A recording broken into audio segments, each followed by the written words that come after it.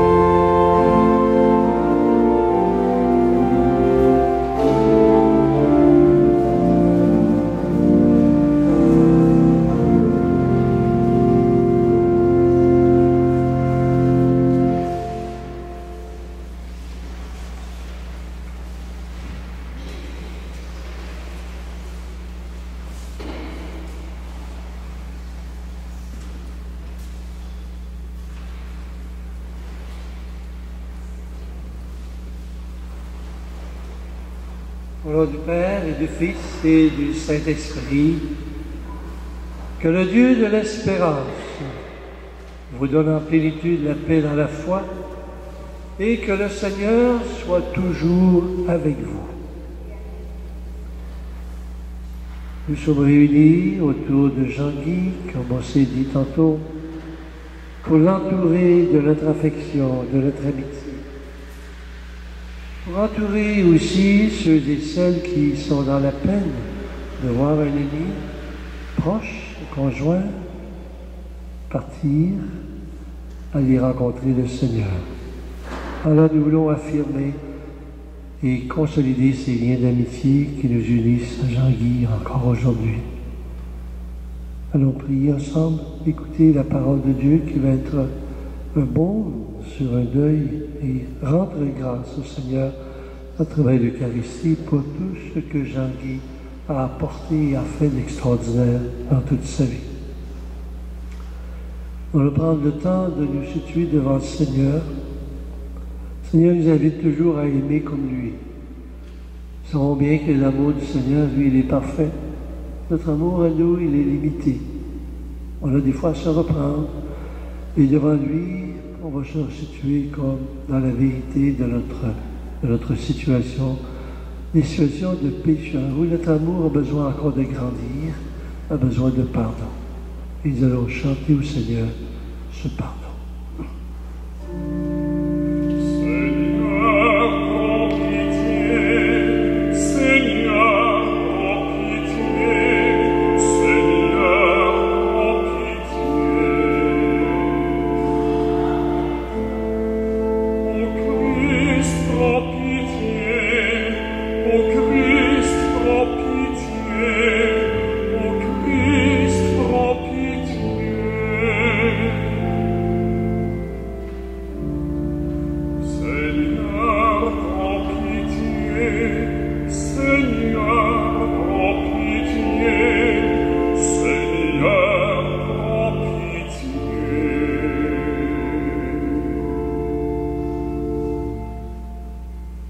Que Dieu Tout-Puissant nous fasse miséricorde, qu'il nous pardonne nos péchés, qu'il nous conduise à la vie éternelle. Amen. Je vous invite à vous lever pour cette prière.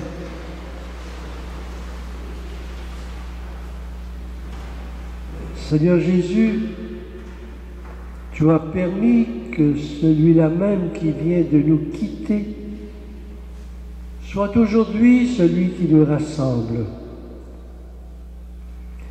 Nous étions dispersés par notre travail et nos occupations. Nous les avons laissés pour nous unir à la peine des autres. Tu as vécu toi-même notre condition humaine.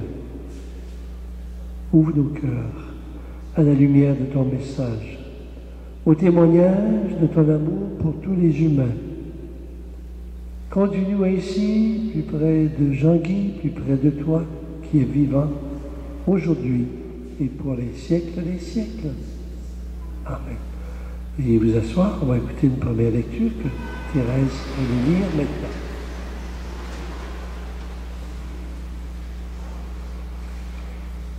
Lecture de la lettre de Saint Paul apôtre aux Romains. Frères et sœurs, j'estime qu'il n'y a pas de commune mesure entre les souffrances du temps présent et la gloire que Dieu va bientôt révéler en nous. En effet, la création aspire de toutes ses forces à voir cette révélation des fils de Dieu.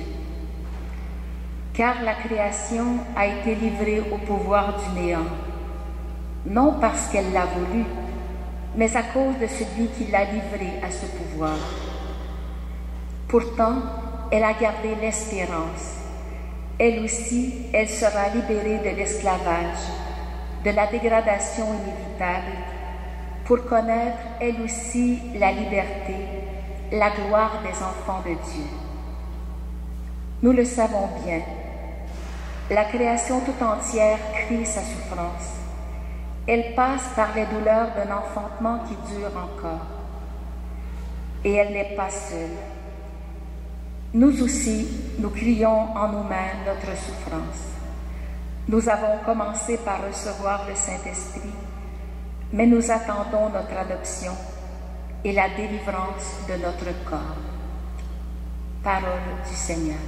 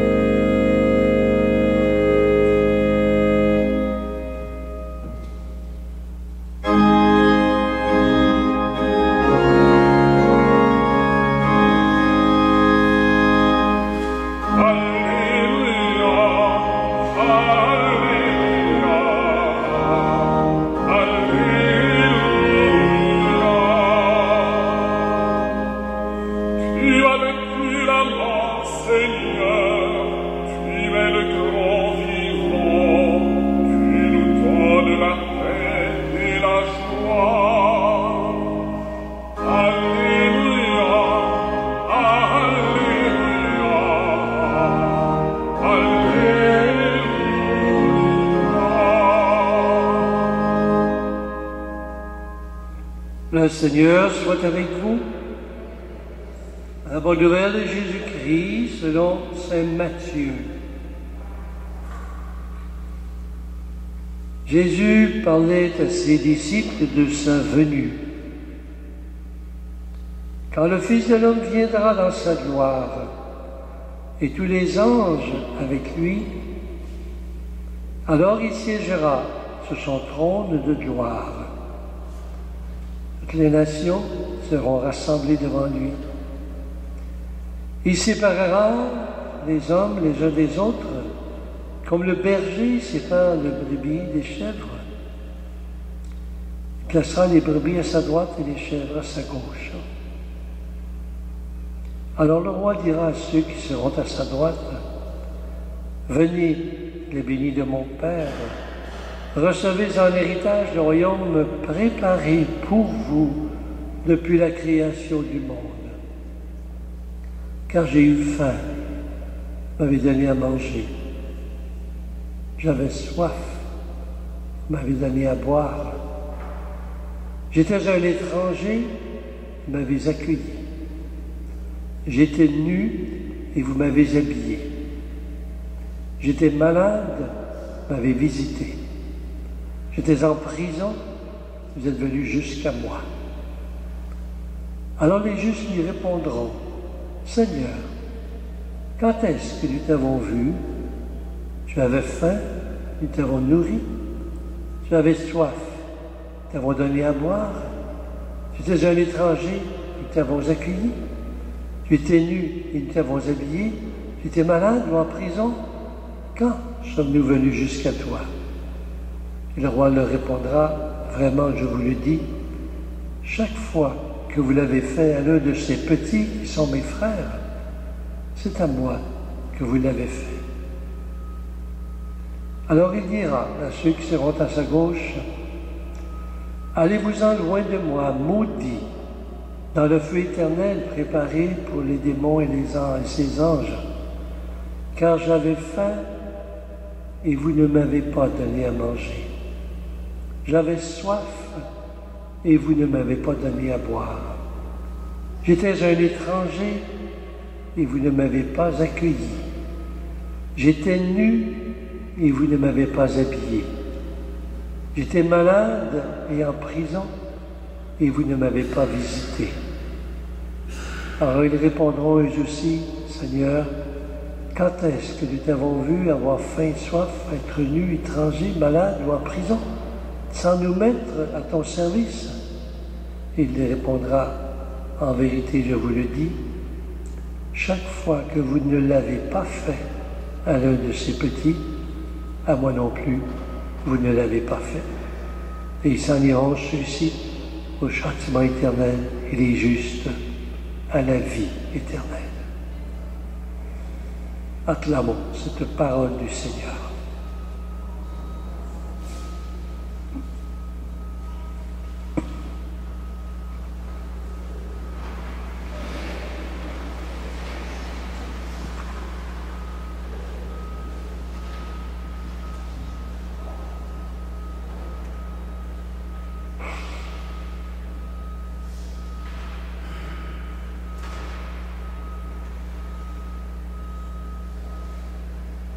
Vous venez d'entendre deux lectures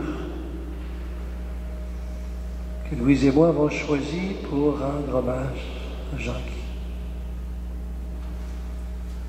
Première lecture que celle que je viens de lire de l'Évangile. Vous avez probablement reconnu Jean-Guy bien. Tout ce que vous avez fait à l'un de ces petits qui sont mes frères, c'était moi que vous l'avez fait. Moi, j'ai connu Jean-Guy ici. Vous l'avez connu sûrement mieux que moi. Mais si c'était un homme, si on peut dire que c'est un homme de service, c'était cela.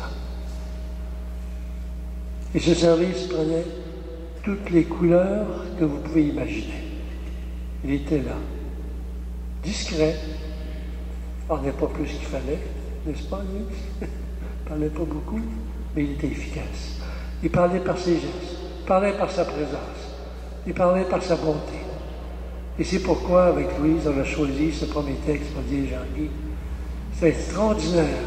Quand on lit l'Évangile, puis on reconnaît celui qui nous rassemble autour de lui, il a incarné ce que le Seigneur a voulu pour ceux et celles qui sont ses disciples, qui veulent le suivre de proche, de rayonner autour de lui de cette tendresse, de cette bonté, de ce service.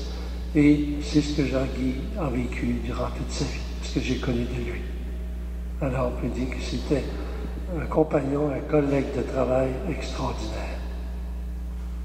C'était le premier texte que nous avons choisi. Alors vous pouvez laisser votre imagination sur tout ce que vous avez vécu avec Jean-Guy, tous les services, toutes les présences, les délicatesses qu'il a eues avec vous. C'est cela qu'est Jean-Guy. Première lecture, nous l'avons choisi. Je me dis, dans notre démarche vers le Père, vers le Seigneur, nous savons bien qu'à quelque part, il y a des moments plus difficiles de la vie, des souffrances, des douleurs. Et Saint Paul est venu nous dire, ne vous inquiétez pas, ce qui vous attend dans le royaume de Dieu est immensément plus extraordinaire que les souffrances que vous êtes en train de vivre ici. Et nous savons, vous savez, Jean-Guy a passé des moments plus difficiles de souffrance, de maladie. Et des fois, on dit, ça va te finir, ça n'a pas de bon sens. Et le Seigneur, il dit, ou ce qui va se passer après le dernier souffle, ça va être 100 fois plus extraordinaire. Et on est en train de voir que nous sommes dans un passage, nous sommes ici dans notre cheminement vers le Seigneur, nous sommes que de passage. Nous aurons tous à passer par la même expérience que Jean-Guy. Mais ça ne finit pas là, même s'il y a des moments plus difficiles. Et ce n'est pas pour rien que devant l'urne de Jean-Guy, il y a un cierge qui est allumé. Pour nous, comme chrétiens, c'est un cierge qu'on allume durant la veillée pascale. Pour nous dire, au-delà de la mort, il y a quelque chose qui continue. Une vie que nous allons célébrer le jour du baptême, qu'on va rappeler tantôt par de l'eau bénie, où nos parents nous ont dit, je te baptise, je te donne maintenant une vie avec une dimension d'éternité. Nous participons déjà à ce cierge qui est là, qui vient nous rappeler que Jésus, le premier, en ressuscité, a passé à travers la mort pour nous dire, moi je passe le premier, puis je vais vous ouvrir le chemin pour que vous fassiez pareil. Alors ce n'est pas pour rien que quand nous nous rassemblons pour célébrer les funérailles d'un ami, nous mettons le cierge pascal tout proche pour dire, nous célébrons la mort, bien sûr, Mais célébrons surtout la vie. La vie de Jean-Guy qui est là pour toujours dans l'éternité. Tantôt, à la fin, toute fin de la célébration, j'éteindrai ce cierge et je vous dirai pourquoi. Parce que Jean-Guy est présent parmi nous maintenant d'une nouvelle façon. Nous allons prier avec Jean-Guy maintenant. Robert. Okay. Alors, cette prière universelle, elle est inspirée des 4 saisons que nous connaissons, d'une façon un peu poétique ou symbolique. Si on va utiliser ces 4 saisons que nous connaissons bien, l'été, l'automne, l'hiver, le printemps, mais aussi une 5e saison, celle que Jean-Guy vit maintenant.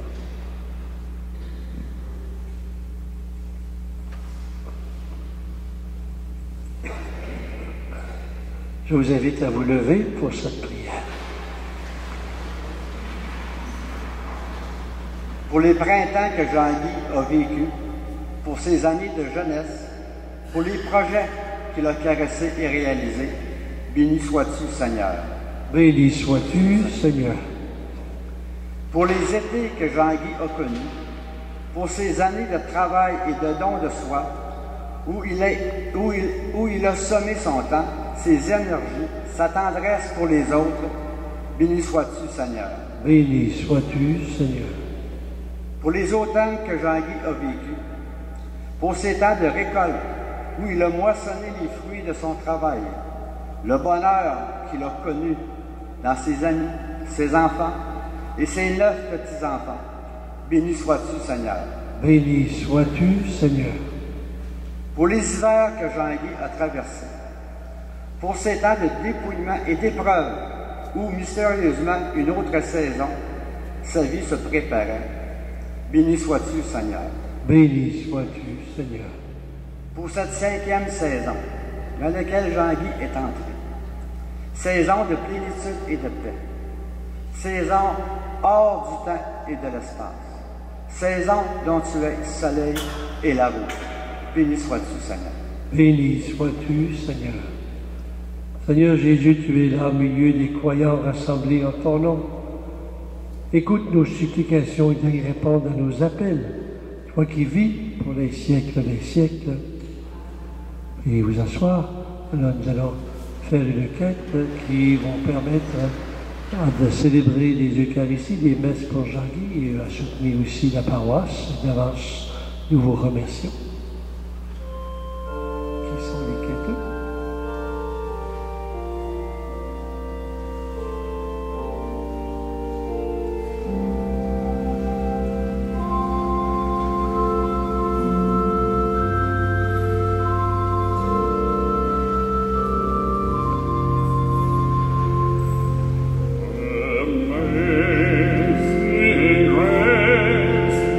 Sweet the sound that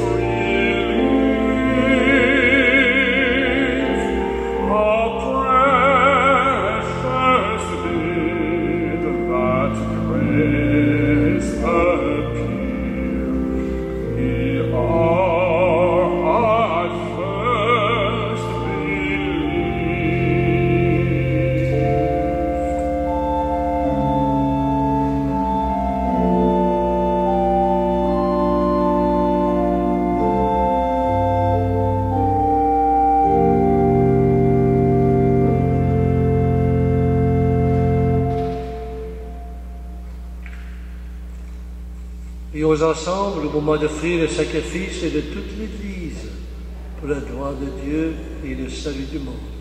Et vous levez, s'il vous plaît. Accepte, Seigneur, l'offrande que nous te présentons pour ton ami, ton serviteur Jean-Guy, qu'il soit accueilli dans la gloire du ciel avec Jésus, ton Fils bien-aimé, à qui nous pouvons dès maintenant nous unir en célébrant le mystère de ton amour par Jésus le Christ et notre Seigneur. Le Seigneur est avec vous. Élevons notre cœur. Rendons grâce au Seigneur notre Dieu. Vraiment, il est juste, il est bon de te rendre gloire, de t'offrir notre action de grâce toujours ayant eu lieu à toi, Père très saint, Dieu éternel et tout-puissant. Tu nous donnes de naître, tu diriges notre existence. Tu veux que dès cette vie, nous qui sommes tirés de la terre, nous soyons libérés de la puissance du mal. Oui, nous sommes sauvés par la mort de ton Fils. Et nous attendons qu'un signe de toi nous éveille à la vraie vie, dans la gloire de la résurrection. C'est pourquoi avec tous les saints et tous les anges, nous proclamons ta puissance en chantant.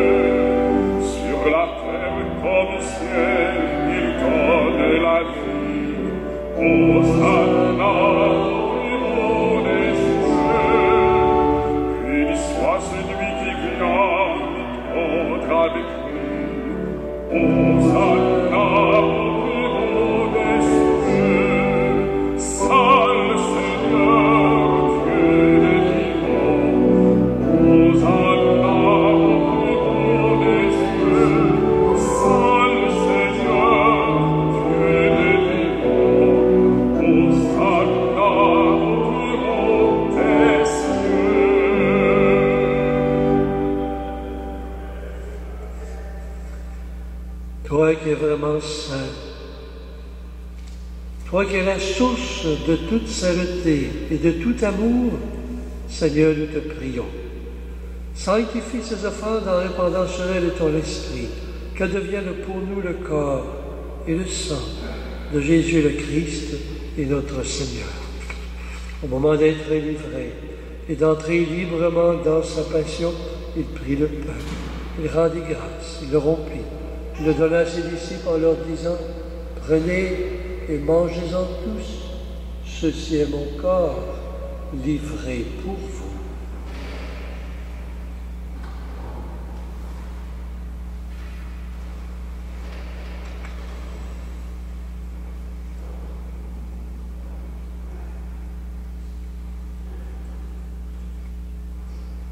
Même à la fin du repas, il prit la coupe, de nouveau il rendit grâce, il la donna à ses disciples en leur disant « Prenez et buvez-en tous, car ceci est la coupe de mon sang, le sang de l'alliance nouvelle et éternelle qui sera versé pour vous et pour la multitude en rémission des péchés.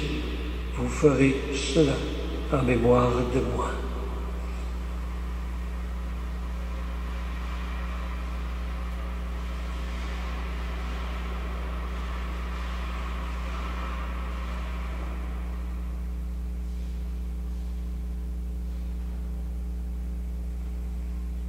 Il est grand, ce mystère de notre foi. Nous proclamons ta mort, Seigneur Jésus. Nous célébrons ta résurrection et nous attendons ta venue dans la gloire. Faisant ici mémoire de la mort et de la résurrection de ton Fils, nous t'offrons, Seigneur, le pain de la vie et la coupe du salut. Et nous te rendons grâce car tu nous as choisis pour servir en ta présence. Humblement, nous te demandons qu'en ayant part au corps et au sang du Christ, nous soyons rassemblés par l'Esprit Saint en un seul corps. Souviens-toi, Seigneur, de ton Église répandue à travers le monde. Fais-la grandir de ta charité avec notre pape François, notre évêque Christian, tous ceux et celles qui ont la charge de ton peuple. Souviens-toi aussi de Jean-Guy que tu as appelé auprès de toi. Puisqu'il a été baptisé dans la mort de ton Fils, accorde-lui de participer à sa résurrection. Souviens-toi aussi de nos frères et de nos sœurs qui se sont endormis dans l'espérance de la résurrection et de toutes les personnes qui ont quitté cette vie. Reçois-les dans ta lumière auprès de toi. Sur le tous et sur le tout, enfin, nous implorons ta bonté. Permets qu'avec la Vierge Marie, la bienheureuse Mère de Dieu, avec Saint Joseph, son époux, avec les apôtres et les saints et les saintes de tous les temps qui ont vécu dans ton amitié, nous ayons part à la vie éternelle et que nous chantions ta louange par Jésus-Christ, ton Fils bien-aimé. Par lui, avec lui et en lui, à toi, Dieu le Père Tout-Puissant, dans l'unité du Saint-Esprit, tout honneur et toute gloire pour les siècles des siècles. Habités par cet Esprit du Seigneur, nous pouvons redire avec confiance la prière que Jésus nous a enseignée. Notre Père, qui es aux cieux, que ton nom soit sanctifié, que ton règne vienne, que ta volonté soit faite sur la terre comme au ciel. Donne-nous aujourd'hui notre pain de ce jour. Pardonne-nous nos offenses, comme nous pardonnons aussi à ceux qui les ont offensés, et ne nous laisse pas entrer en tentation, mais délivre-nous du mal. Délivre-nous de tout mal, Seigneur. Donne la paix à notre temps.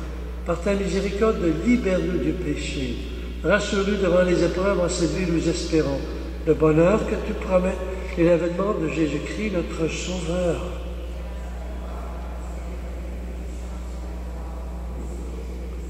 Seigneur Jésus-Christ, tu as dit à tes apôtres, je vous laisse la paix, je vous donne la paix.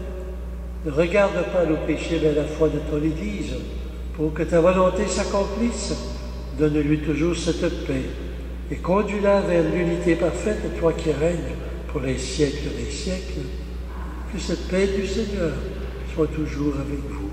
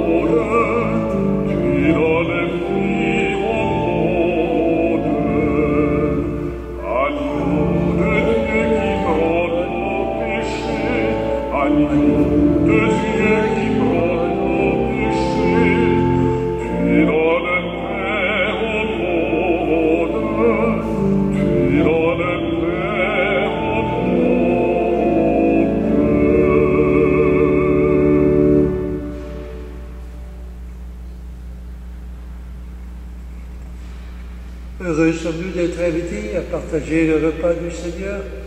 Voici l'agneau de Dieu qui enlève le péché du monde. Seigneur, je ne suis pas digne de te recevoir, mais dis seulement une parole et je serai guéri. Que le corps du Christ nous garde ensemble pour la vie éternelle. Amen.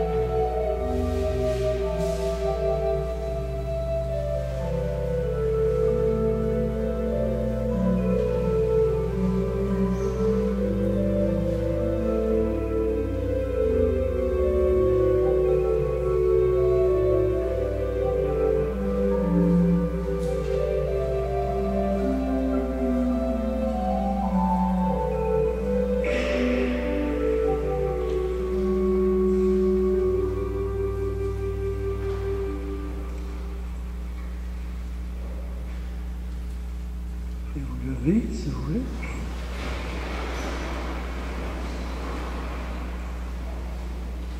Dans cette Eucharistie, Seigneur, nous venons de célébrer pour Jean-Guy le mystère de la Pâque. Accorde-lui de passer de ce monde jusqu'en ta maison de lumière et de paix. Par Jésus le Christ, notre Seigneur, le Seigneur est avec vous. Bénissons le Seigneur, nous rendons grâce à Dieu. Vous pouvez vous asseoir, nous allons avoir un petit témoignage maintenant.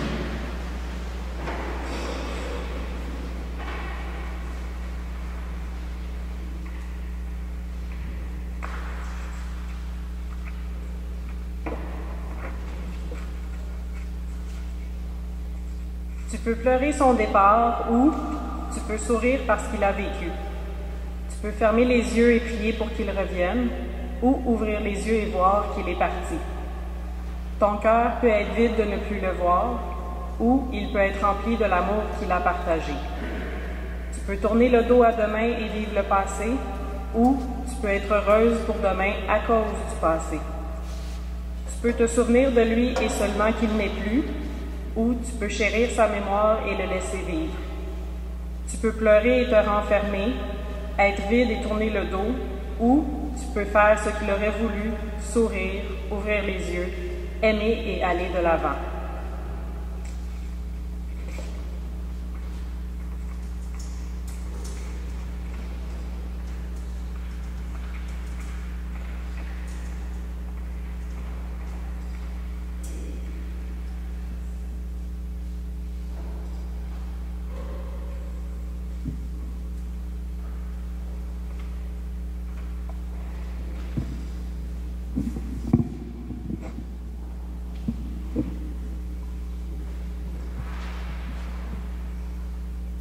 Avant de terminer, nous allons vivre ce qu'on appelle entre nous un dernier adieu. On pourrait peut-être écrire le mot adieu en 2 mots. Nous confions à Dieu Jean-Guy maintenant. Notre ami Jean-Guy s'est endormi. C'est ainsi qu'on nomme souvent la mort dans l'Évangile. C'est un sommeil. C'est endormi dans la paix du Christ. Nous sommes invités à le confier à l'amour de Dieu, notre Père. Dans notre foi, dans cette espérance que la vie ne se termine pas après le dernier souffle, mais qu'elle continue à vivre d'une autre façon, plus merveilleuse encore.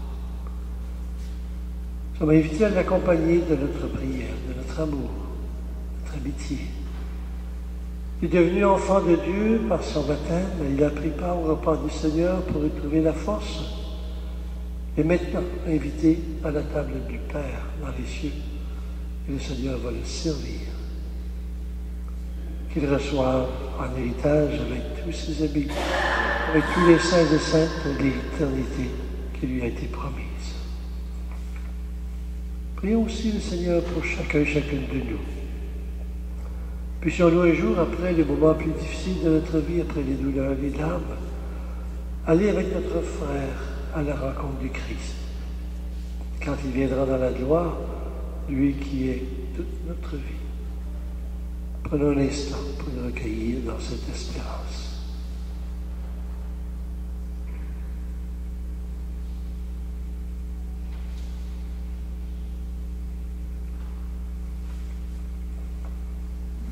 Deux gestes que je pose maintenant.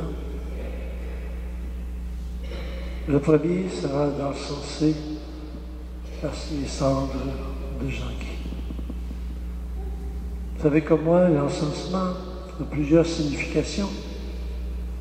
Quand on encense quelqu'un, on veut faire ressortir toutes les qualités, les belles choses que cette personne possède. Et donc, quand on encense quelqu'un, on met en évidence les qualités de cette personne. C'est déjà un premier sens que nous allons donner à ce geste que je vais poser pour encenser les cendres de Jean-Guy. Dans notre foi chrétienne, l'encensement veut aussi laisser monter vers le Seigneur la prière que nous faisons pour Jean-Guy. Donc, c'est comme l'encens qui monte vers le haut. Notre prière monte vers le Seigneur pour que Jean-Guy soit heureux maintenant pour l'éternité avec le Seigneur. Nous voulons aussi nous rappeler que si nous prenons la peine d'encenser les cendres, que même quand la vie est retirée du corps, nous voulons continuer à respecter cela. Et l'encens vient nous rappeler que durant toute notre vie, nous sommes le temple de Dieu. Dieu habite en dedans de nous. Il était aussi présent dans notre cœur, dans notre vie, que dans le tabernacle derrière moi. Et nous voulons respecter que Jean-Guy, durant toute sa vie, a été ce temple de l'amour, ce temple de l'Esprit Saint. Et quand nous posons le geste de l'encensement, nous nous rappelons cela. Et comme il a été le temple de Dieu, nous y apportons beaucoup de respect. Nous allons laisser porter par un chant pendant que je pose ce geste.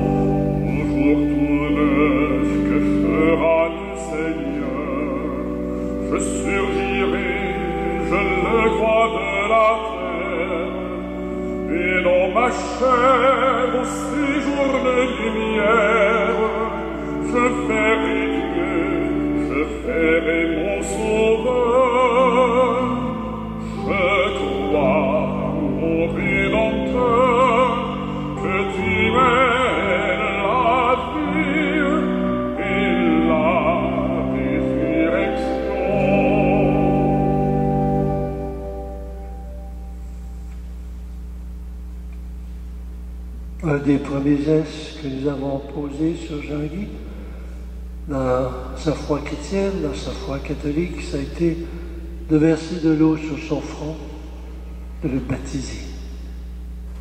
Et au moment de son baptême, on disant, Jean-Guy, on vient de te donner à travers tes parents une vie extraordinaire.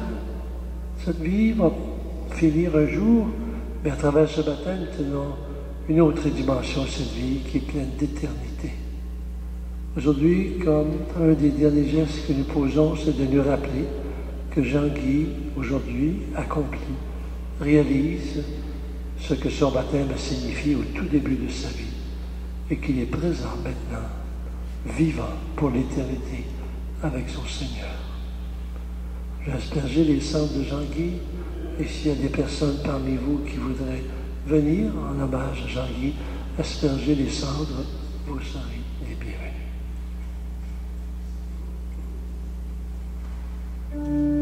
Si le baptême t'a mort approché, c'est pour qu'en moi ta vie coule nouvelle.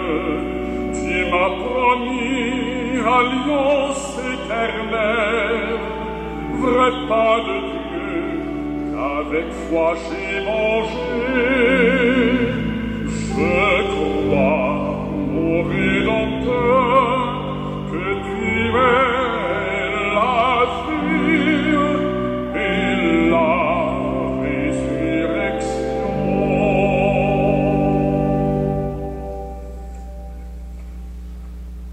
Je vous invite à vous lever pour une dernière prière.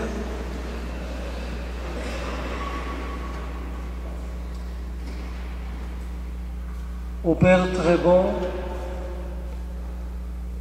nous remettons entre tes mains l'âme de notre frère Jean-Guy, dans l'espérance que tous ceux et celles qui reposent dans le Christ ressuscitera pour être toujours avec lui. Nous te bénissons, te rendons grâce pour tout ce que Jean-Guy a reçu de toi en cette vie. Et nous y reconnaissons les signes de ton amour et de la communion des saints. Dieu de tendresse, accueille notre prière pour celui qui vient de nous quitter. Ouvre-lui les portes de ta maison.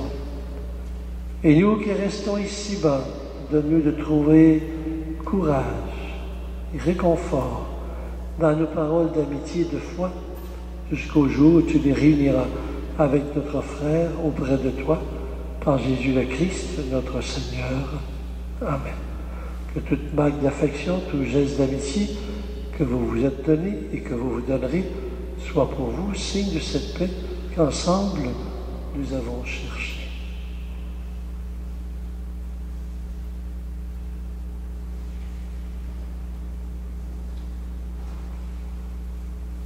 Le dernier geste que je pose avant de nous quitter. Vous avez devant les yeux le cierge pascal, le cierge qui est allumé durant la nuit de Pâques pour exprimer de façon symbolique mais réelle que le Christ est vivant, a passé à travers la mort, vendredi saint, pour ressusciter. Dans la liturgie, ce cierge est allumé jusqu'au jour de la Pentecôte, que nous célébrons demain d'ailleurs. Et nous éteignons ce cierge le jour de la Pentecôte parce que 10 jours avant, le jour de l'Ascension, Jésus est disparu au regard de ses disciples pour toujours. Il est présent à nous d'une autre façon. Il est présent par son esprit que nous célébrons le jour de la Pentecôte. Je vais éteindre le cierge pour Jean-Guy, pour dire lui aussi, il est disparu de notre regard, et non pas de notre vie. Et il est présent à nous comme Jésus lui-même, parce qu'il est ressuscité avec Jésus.